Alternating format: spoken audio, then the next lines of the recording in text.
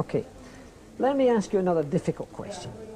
If I were to count back all the world champions, and after all this is the 500th Grand Prix, that if you totaled up all of those great champions, the number of times they had made contact with other drivers, that you in the last 36 months or 48 months have been in contact with more other cars and drivers than they might have done in total.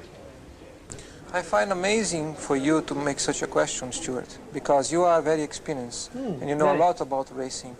And you should know that by being a racing driver, you are under risk all the time. And by being a racing driver means you are racing with other people. And if you no longer go for a gap that exists, you're no longer a racing driver, because we are competing. We are competing to win. And the main motivation to all of us is to compete for a victory. It's not to come third, fourth, fifth, or sixth. But hasn't that right? always been the case? Sorry? Hasn't that always been the case of all the great champions? Absolutely. And if you go back in history, then you talk about incidents and so on, you'll find that I've been myself leading most of the races and finding back markers in front of me. And I was never involved in leading races and with other people.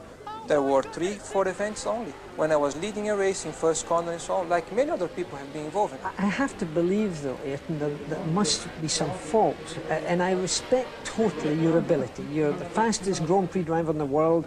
I respect that. But I have to speculate that it can't all be right that you have this many collisions, if you like.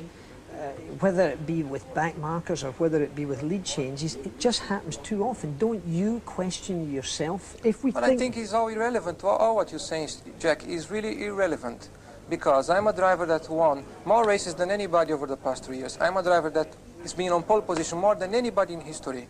And I'm a driver that won 2 titles in the past 3 years.